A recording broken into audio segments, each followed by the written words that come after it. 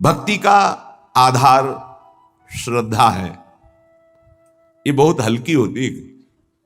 कपूर ऐसे है ना, बाहर रख दो उड़ जाएगा, उसको पैक करके रखा जाता है। ऐसे गुरु श्रद्धा, इष्ट श्रद्धा, इसे बहुत छुपा के रखा जाता है।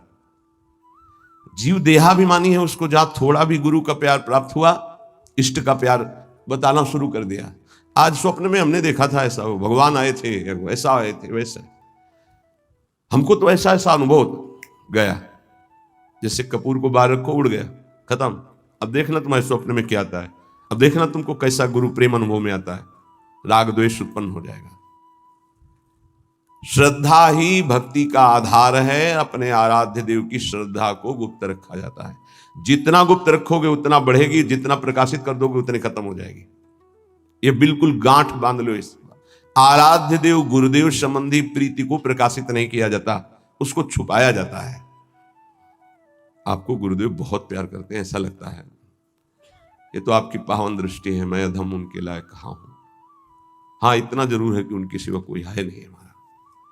ऐसे आराध्य देव इष्ट देव के बाद इतनी बात, उनकी कृपा का बार बार अंतर में स्मरण, तो वो बोलना नहीं, अगर बोल दिया तो वहीं से आप देख लेना, स्मरण खत्म हो जाएगा, वो प्रभाव खत्म हो जाएगा, स्वप्न आना खत्म हो जाएगा।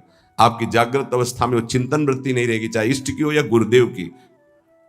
आगे बहुत महिमा की बात कर रहे हैं। श्रद्धा दो प्रकार की होती है, एक जड़ श्रद्धा, एक विचार युक्त श्रद्धा। जड़ श्रद्धा में बहुत जल्दी भगवत प्राप्ति होती है।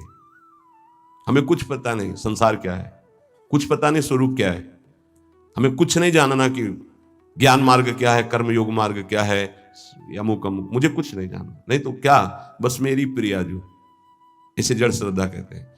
कुछ नहीं जानना हमको, हमारी श्यामा जो, राधा राधा राधा राधा बोले, इनको बहुत जल्दी भगवत प्राप्ति होती है, क्योंकि बहुत विचित्र बुद्धि का विलास है। विद्वता आ जाए तो बहुत खतरा है, ज्यादा जानकारी, ज्यादा विद्वता खतरा है, वो संसार में फंसा देगी। जिसको यह है कि मुझे कोई ज्ञान नहीं, बस मेरी प्रिया जो, मेरी प्रिया जो, बहुत जल्दी भगवत प्राप्ति हो जाएगी। एक होती विचार युक्त, ज्ञान विज्ञान संपन्न विचारवान। ये जो जड़ श्रद्धा वाला है, यदि इसे कुसंग मिल जाए तो बड़ी जल्दी नष्ट भी हो जाएगा। ये ध्यान रखने का विषय। जड़ श्रद्धा से बहुत जल्दी भगवत प्राप्ति होती है। जड़ श्रद्धा में, ये लो तुम्हारे ठाकुर जी हैं, सिलपिल्ले बाई को पत्थर का टुकड़ा दे दिया, उसी से भगवत साक्षात्कार हो गया। कितने ऐसे महापुरुषों का वहां विचार थोड़ी है कि ये तो पत्थर का टुकड़ा दिया, कोई आकृति नहीं, कोई शालिग्राम नहीं, कोई नर्मदेश्वर नहीं, गुरुजी ने हमको तो फुसला दिया। ये जड़ श्रद्धा में विचार नहीं, एक है विचार युक्त श्रद्धा, एक है जड़ श्रद्धा। इससे बहुत जल्दी भगवत प्राप्त। एक संत भगवान को देखा कि वो एक तौलिया, बड़ी तौलिया, उसमें सैकड़ों छेद थे और बहुत पुरानी और मलिन थी कि अगर शायद ऐसे करो तो नुच जाए, वो ऐसे सर पे डाले रहते थे। प्राय हम उनको उसी में देखते थे। एक दिन कहा, ये तौलिया पुरानी हो गई, नई मंगा दे आपको। तो उन्होंने कहा, नहीं, ये तौलिया आप जानते हो, हमारे गुरुदेव की है, गुरुदेव ने दिया था। क्या अद्भुत गुरु निष्ठा! गुरु ने अपने प्रयोग की हुई तौलिया दे दी तो जीवन भर ऐसे। ब्रह्मावर्त बिठूर में एक आश्रम में उन संत भगवान का हमें नाम स्मरण नहीं, दर्शन करने गए थे, तो गुरु की लंगोटी से गुरु की पादुका छाती में हर समय बांधे रहते। ऐसा श्री सीताराम ओंकारनाथ जी महाराज की भी जो स्वरूप में पाया गया कि वो अपने गुरु की पादुका यहां बांधे हुए थे। नवीन प्रश्न किया कि ऐसा, बस उन्होंने इतना ही कहा कि इससे हमारे हृदय में रहता है, मेरे गुरुदेव मेरी छाती से लगे। इसे जड़ श्रद्धा कहते हैं। विचार की जरूरत नहीं है। गुरु प्रसादी, गुरु वस्तु, इष्ट प्रसादी, इष्ट वस्तु, ये जीवन बन जाता है, ये जीवन हो जाता है, उसमें विचार की जरूरत नहीं। बिना ही विचार करी शुभ जानी। हमारी आसक्ति इतनी हो जाए कि विचार करने की गुंजाइश न रह जाए इष्ट और गुरु में। लेकिन ऐसे साधकों के लिए गिरने की भी बहुत चांस जोरदार होते हैं। तुम देखो ना, तुम्हें कोई ठाकुर जी दिए हैं क्या?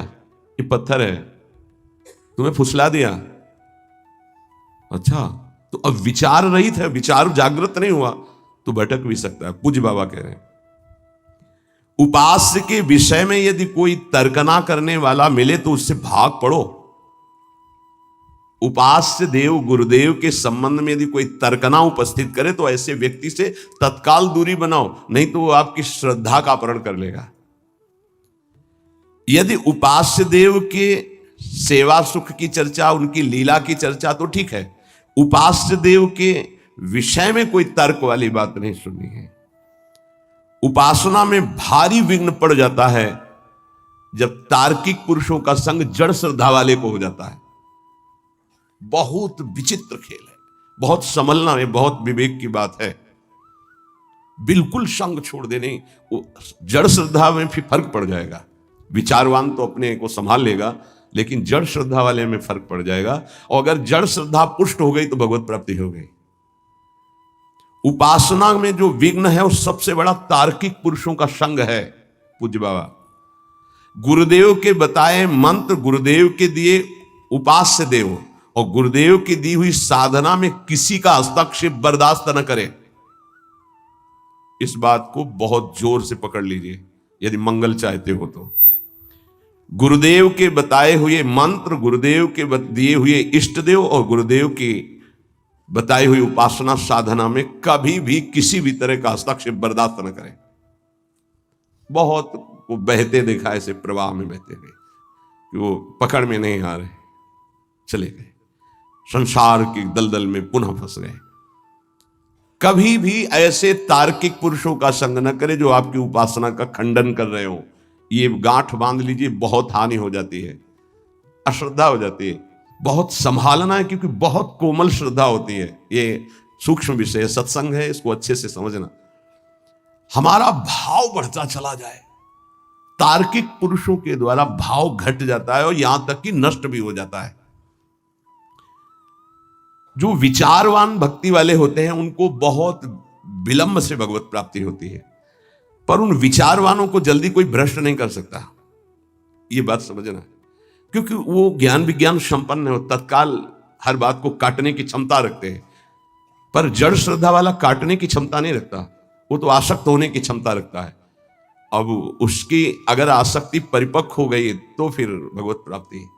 शिल्पी भाई की जिसे चर्चा में आता है, उनका ब्याह हुआ तो वो अपने वही जो पत्थर का टुकड़ा उसे ठाकुर जी मानकर गुरुदेव जी ने दिया था, तो वैसे सजा कर ऐसे साथ पति ने देखा बार बार, तो वो पति की तरफ देख ही नहीं रही थी। जब नया ब्याह हुआ तो उसने सोचा क्या है इसकी गोद में जो हमारी और ये देख ही नहीं पा रही, क्या है? बोले हमारे ठाकुर जी है। एक नदी पास में थी, लिए इसे फेंक दिए कि हमारे और आपके बीच में यही है ना बाधक, फेंक दिया। अब तो उसके प्राण व्याकुल हो गए। मेरे प्रभु, ये देखो जड़ श्रद्धा है पर आसक्ति प्रबल हो गई, श्रद्धा प्रबल आसक्ति में बदल गई। घर ले गए, ना आंख खोलना, ना बात करना, ना पानी पीना, ना भोजन पाना। जब बहुत विनय की तो आंख खोल के कहा मैं अपने प्राण त्याग दूंगी, एक बूंद जल नहीं लूंगी यदि हमारे ठाकुर जी नहीं आए। अब समस्या है, नई बहू है, अगर नहीं तो फिर प्राण त्याग देगी, फिर वापस रहेंगे। तो उनका यदि तुम्हें इतना प्रेम है तो बुलाओ ना अपने ठाकुर जी को। जल में फेंक दिया है, अरे वो पत्थर है, पत्थर का टुकड़ा है, कोई भगवान नहीं, तुमको ऐसे केवल बहकाया गया है, तुम्हारे गुरु ने तुमको बहकाया, कोई भगवान नहीं है वो। तो उन्होंने कहा ऐसा नहीं, आप एक शब्द ऐसा मत बोलिए। और ऐसे बाह करके जे ही पुकारा तो वही जल से निकल कर ऐसे आए और श्री कृष्ण रूप धारण करके हृदय से लगा लिया। जड़ श्रद्धा, जड़ श्रद्धा का मतलब विचार की गुंजाइश ही नहीं, मेरे प्रभु मेरे गुरुदेव बस मेरे सर्वस्व, वहां विचार नहीं। यद्यपि जड़ श्रद्धा सरल भक्त हृदय को भगवान बहुत जल्दी मिलते हैं, जैसे अढ़िया जी का सुनाया था। जैसे एक भक्त बस सुन लिया कि चतुरासी जी के गायन से प्रियालाल का रूप साक्षात्कार होता है, छुटी चौरासी भ्रमंते निर्भय जुगल किशोर, तो एक ही पद बनी श्री राधा मोहन जी की जोरी, गाय चरा रहा है गा रहा है, बार बार यही बनी श्री राधा मोहन जी की जोरी। पीछे से नूपुरों की धुनी आई तो मुड़ के देखा तो गौर श्याम जोरी पीछे पीछे चल रही। जैसे पूज्य महामहिम श्री जयदेव जी का रचित गीत गोविंद की महिमा है कि जब गीत गोविंद तो पीछे ठाकुर जी वो एक बालिका मालिन की थी, पीछे ठाकुर जी। चतुराशी जी की महिमा ऐसी है, प्रिया प्रीतम, अक्षर अक्षर में श्यामा श्याम विराजमान, पीछे मुड़ के देखा तो प्रिया प्रीतम, बात की प्रिया प्रीतम ने। मदन टेप पे लता भवन में हरिवंश चंद्र जो मेरी सेवा में रहते हैं, उनको बोल दो जाकर भूख लगी है, कढ़ी ये बनाकर भोग लावे। वो आकर महाप्रभु से बोले कि जुगल जोरी सरकार ने ऐसा ऐसा, तुम्हें कैसे मिले? बोले पद गा रहा था बनी श्री राधा मोहन जो की जोरी, इंद्र नीलमणि श्याम मनोहर, सात कुंभ तन गोरी, पीछे देखा नूपुरों की झनकार, तो प्रिया प्रीतम। महाप्रभु तो कैसे हमारी करुणामयी जोरी के एक चरवाहे को, जो मुनि मन ध्यान धरत नहीं पावत, बहुत सरल भक्त को बहुत जल्दी भगवत प्राप्ति हो जाती है, बहुत जल्दी हो जाती है। बस उसका कुसंग ना होने पाए, जब तक प्रबल आसक्ति ना हो जाए। सरल भक्त को इन विचारवान तार्किक जनों का संग नहीं करना चाहिए, इससे उनकी श्रद्धा में शिथिलता आ जाएगी, अनुभव शून्य हृदय होने लगेगा, कृपा जो हुई है उसका भी अनुभव नहीं होगा। बहुत बचो संग से। इसीलिए कहते हैं कि अपनी दिनचर्या करो, कमरे में घुस के बैठ जाओ, नाम जप करो, पड़े रहो, मिलो मत किसी से। ये जो कह रहे हैं इसका मतलब समझो, बाहरी हवा लगेगी, आंतरिक निष्ठा में फर्क पड़ जाएगा। विचारवान अगर साधक है, श्रद्धावान है, तो उस पर कोई फर्क नहीं पड़ता। जैसे विचारवान साधकों से बहुत तर्क किया जाता है, हे शास्त्र वो शास्त्र की बातें दौड़ा दौड़ा के उनको वहीं खड़ा कर दिया जाता है। आखिरकार रस का स्वरूप क्या है वो अपने आप। पर ये सब बुद्धि की दौड़ भाग है, विश्राम मिलेगा सरल भाव से। संत सरल चित जगत हित जान स्वभाव स्नेह। भागते भागते जब थक जाता है तब भगवान की शरण में आता है। आना तो पड़ेगा ही, हरि शरणम सनकादि बोलते हैं तो औरों की बात क्या। विरोधी संग पतन, उपासक सावधान, ये प्रेम का मार्ग है। विरोधी संग से बहुत बचना चाहिए। जैसा संग होता है वैसा रंग चढ़ने लगता है। ये 9 स्वरूप है, जो ये 9 है तो आप पूर्ण शरणागत हो गए। पूर्ण शरणागत तत्वबोध भगवत प्रेम कुछ दुर्लभ उसके लिए नहीं। पहला है दीनता, अत्यंत दैन्य स्वभाव होना चाहिए। दूसरा है निष्कपटता, वाणी से कुछ और बोल रहे हैं, हृदय में कुछ और है, आचरण कुछ और है, ऐसा शरणागत का स्वभाव नहीं होता। जो मन में वही वाणी में वही चेष्टा में, इसे निष्कपट व्यवहार कहते हैं। तीसरा सत्यता, सत्य ही उसका जीवन है। सत्य बोलना, सत्य आचरण करना, सत्य का संग करना, सत्वृत्तियों का ही आदर करना, असत का त्याग करना।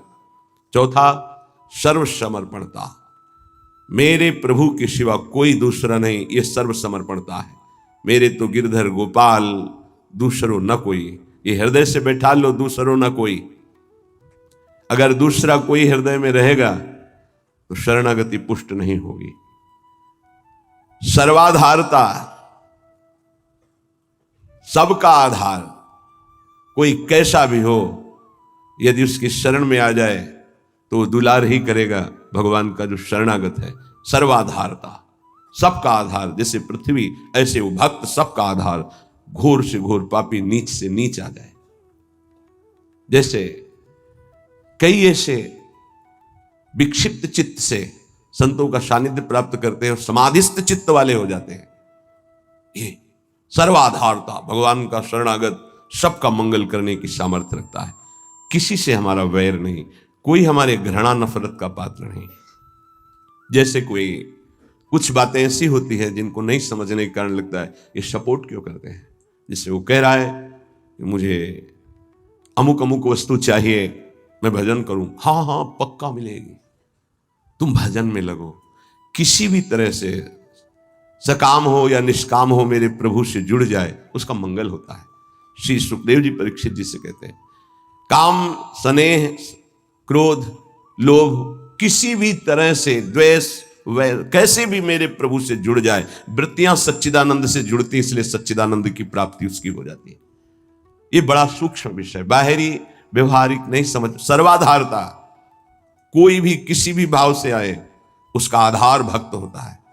चिंता मत करो, भगवान बड़े कृपालु हैं, बहुत जल्दी परम मंगल हो जाएगा। सकामता से अगर प्रभु के चरणों में गए तो निष्कामता आने में देर नहीं लगेगी। अगर निष्कामता सत्संग से प्राप्त हो गई तो भगवत साक्षात्कार के लिए अब ज्यादा समय नहीं रह गया। निष्कामता में भगवत साक्षात्कार होता है, सकामता से प्रभु से अगर हम जुड़े तो निष्कामता अवश्य प्राप्त हो जाती है, क्योंकि मेरे प्रभु का प्रभाव ऐसा है। इष्ट देव का पूर्ण विश्वास, छठवां।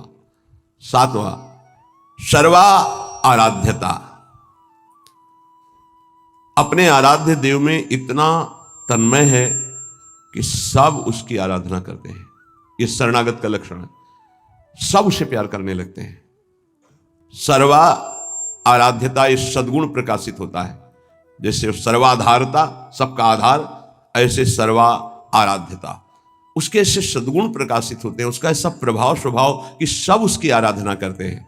आठवां, इष्टानन्यता, एक भरोसो, एक बल, एक आस विश्वास। नवा, निज स्वरूप विस्मरण, अपनी भी याद गई, केवल अपने इष्ट देव की याद। देखो, वेदांत में निज स्वरूप स्मरण, प्रेम में निज स्वरूप विस्मरण।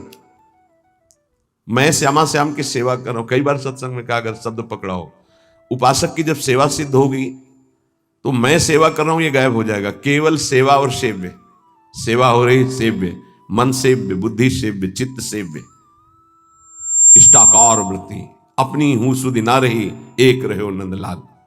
तो इष्ट देव का निरंतर जो चिंतन करते हैं, सत्संग करते हैं भगवत प्रेमी महात्माओं से, तो उनको ये 9 प्रकार की शरणागति पूर्णता कराने वाली प्राप्त हो जाती है।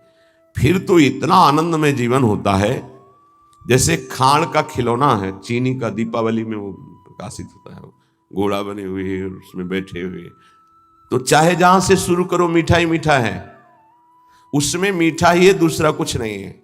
ऐसे ही उपासक को संपूर्ण विश्व आनंदमय अनुभव होने लगता है, क्योंकि भगवदाकार वृत्ति है, इष्ट के सिवा कोई नहीं। उसका उठना बैठना, चलना फिरना, खाना पीना, सोना जागना, सब आनंदमय होता है। और यही हम चाहते हैं कि हम सर्वानंदमय हो जाए, लेकिन भोगों को भोगने से नहीं, संसार के चिंतन से नहीं, रुपया के बल से नहीं, बुद्धि के बल से नहीं, भगवत भक्ति के प्रभाव से सर्वानंदमय हो जाएंगे, दसों दिशाएं आनंदमय हो जाएंगे। नाम जपत मंगल दिशि दसहु, दसों दिशाएं उसके लिए मंगल भवन हो जाएंगी, जो नाम जप कर रहा है, भगवान के चिंतन में है। बड़ा उपहास करने की चेष्टा की महाप्रभु चैतन्य देव की। काशी में विराजमान अपने मठ में, जहां हजारों शिष्य वेदांत दर्शन के अनुसार चलने वाले, ब्रह्मबोध की स्थितियां, जब महाप्रभु चैतन्य देव का यश प्रकाशित हुआ तो सुना एक सन्यासी होकर नृत्य करते हैं, कीर्तन करते हैं। ऐसा सभाओं के बीच में ऐसा नगर कीर्तन होता है, घर में बंद करके दरवाजा कीर्तन होता है। भगत लोग खूब अच्छे अच्छे पदार्थों का भोग लगाते हैं। बड़ा उपहास का भाव उनके अंदर आया। सन्यासी होकर ये नाचते हैं, गाते हैं, ऐसा इनको तो एकांत में बैठ करके समाज चिंतन शून्य होकर आत्मस्वरूप में स्थित होना चाहिए। ये व्यवहार, ये तो प्रारंभिक भक्ति के साधकों का होता है, ऐसा नहीं होना चाहिए। जो प्रेम की महिमा नहीं जानते हो, चाहे जितने बड़े ज्ञानी हो, उनकी भाषा बदल जाएगी। प्रेम एक अलौकिक दिव्य भगवत तत्व को भी अधीन करने वाली सामर्थ्य का नाम है। जहां भगवान की भगवत्ता का विस्मरण कर दे, जीव के जीवत्व का विस्मरण कर दे। अभी हम ब्रह्माष्टमी की सिद्धि वाले कैसे जाने? इन्होंने लिखा एक पत्र में महाप्रभु को कि जो कबूतर है वो कंकड़ चुनता है, बाजरा चुनता है, इतना उसके अंदर विकार होता है। अच्छे अच्छे पदार्थ पाने वाला क्या निर्विकार हो सकता है? क्या ये संन्यास धर्म है? ऐसे कई बातें हैं। महाप्रभु के पास एक से एक सार्वभौम विद्वान विराजमान, भट्टाचार्य एक से एक विद्वान। कैसा सन्यासी, कैसे कैसे शब्दों का प्रयोग कर रहा है। संस्कृत में सार्वभौम भट्टाचार्य जी ने श्लोक लिखा कि तुम्हें यह ज्ञान है, आंतरिक स्थिति से तो मैं उत्तर नहीं दे रहा हूं, केवल बाहरी बात बता रहा हूं कि बड़े बड़े पशुओं का संहार करके स्वयं शिकार करके सिंह खाता है। कहीं कहीं आता है जीवन में एक बार संतान उत्पत्ति करता है, कहीं कहीं आता है वर्ष में एक बार। तुमने खुद लिखा, ये बंदर, कबूतर, कई ऐसे जीव पाए गए जो बहुत ही ऐसा काम भाव उनके अंदर। क्या आहार प्रधान है काम में? क्या बाहरी दृश्य से किसी की स्थिति जानी जा सकती है? पर उनको अपने ज्ञान के आगे कुछ समझ में नहीं। सार्वभौम भट्टाचार्य इनका प्रभु आदेश कीजिए पूरी काशी में सबको बैठाल कर अगर इनको परास्त न कर दे तो बहुत अद्भुत विद्वान सार्वभौम भट्टाचार्य जी। एक कोई ग्रंथ था, उसका नाम हमें याद नहीं है, उस समय ना तो कोई ऐसे छापे थे कि छप जाए, और उस बड़े मोटे ग्रंथ को उनको प्राप्त करना था। तो गए तो वहां उनसे प्रार्थना की कुछ दिनों के लिए हमें दे दो। बोले कदापि नहीं। तो उनका फिर एक बार सुना दो हमें। उनका हाँ ये हो सकता है। एक बार सुनने मात्र से पूरा प्रारंभ से लेकर विश्राम तक पूरा ग्रंथ कंठस्थ कर लिया। ऐसे विद्वान महापुरुष। महाप्रभु से कहा प्रभु आपके विषय में इनको हम काशी में जाके महाप्रभु ने कहा नहीं, ये हमारी भक्ति का स्वरूप नहीं है।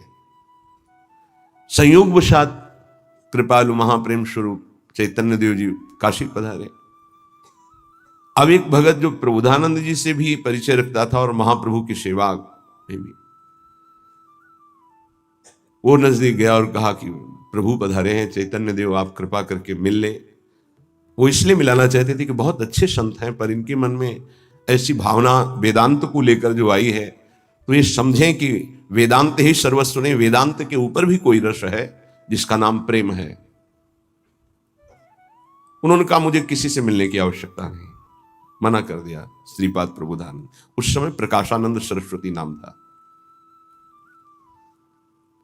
भक्त ने पहले चैतन्य महाप्रभु को प्रार्थना के द्वारा राजी किया कि प्रभु यदि श्रीपाद निमंत्रण दे दें तो आप कृपा करके उनकी सभा में पधारेंगे।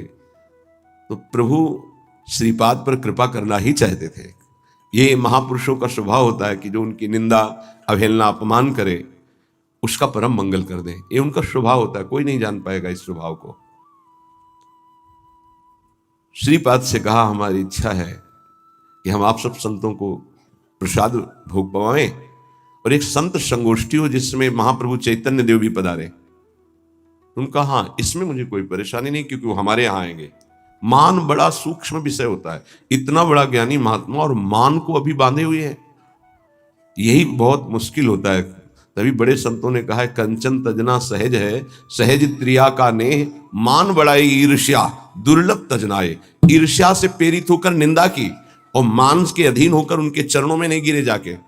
जब ये कि हमारे आश्रम आएंगे तब उन्होंने कहा फिर को तो कोई बात नहीं, आने दीजिए।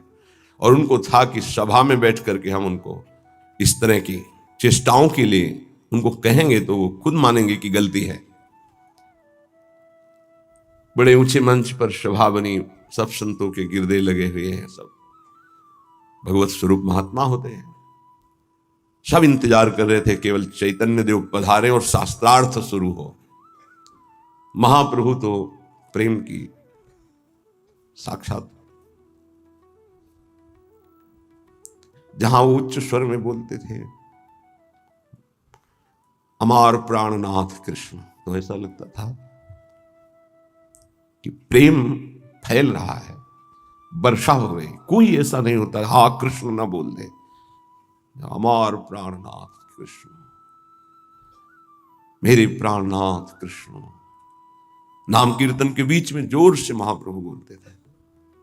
दैन्यता तो कूट कूट के भरी हुई, क्योंकि स्वयं प्रभु है। प्रेम शिथिल शरीर, नेत्र घूर्णी प्रेम मद से, जैसे प्रियाजू की अंग कांति ऐसे महाप्रभु चैतन्य देव की अंग कांति। गौर वर्ण देखे तो लुभायमान हो जाए, ऐसे कमल नयन, विशाल नेत्र। जो ही पधारे तो किसी को कहना नहीं पड़ा कि खड़े हो जाओ। जितने सब थे उनकी रूप माधुरी को देखते ही खड़े हो गए। श्रीपाद फिर भी नहीं कहा बैठो बैठो, आने दो ना उनको। एक भगवत प्रताप होता है जैसे रावण की सभा में जब हनुमान जी को बांध के लाया गया तो सब खड़े हो गए आश्चर्यचकित होकर। किसी की हिम्मत नहीं थी कि आसन में बैठा रहे। इतने बड़े महापुरुष राम भक्त पधारे, सब खड़े हो। रावण सबसे बैठ जाओ बैठ जाओ, इसका सम्मान थोड़ी करना है। वो तो असत अविद्याग्रसित, लेकिन ये विद्या के पारंगत विद्वान पर मान का कुछ ऐसा स्वभाव होता है कि वो अपने आगे किसी की नहीं चलने देता। महाप्रभु बैठ गए जहां सबके चरण धोए गए थे, वो उस जगह पर बड़ी शिथिलता है, प्रेम विवशता है। अब तो श्रीपाद के हृदय में चलन हुई कि अरे इतने बड़े महापुरुष जिनका पूरे विश्व में यश फैल रहा है और वो ऐसे दैन्य, धिक्कार है हमारे मान को। उठे और नजदीक गए और बाहु पकड़ी और कहा, स्वामी जी आप यहाँ क्यों बैठ रहे हैं, आप पधारिए ना। तो उनका नहीं प्रभु, आप गुरुजनों के सामने वहां बैठना मेरा उचित नहीं, मैं तो अपने नियत स्थान पर बैठ गया हूं प्रभु उचित।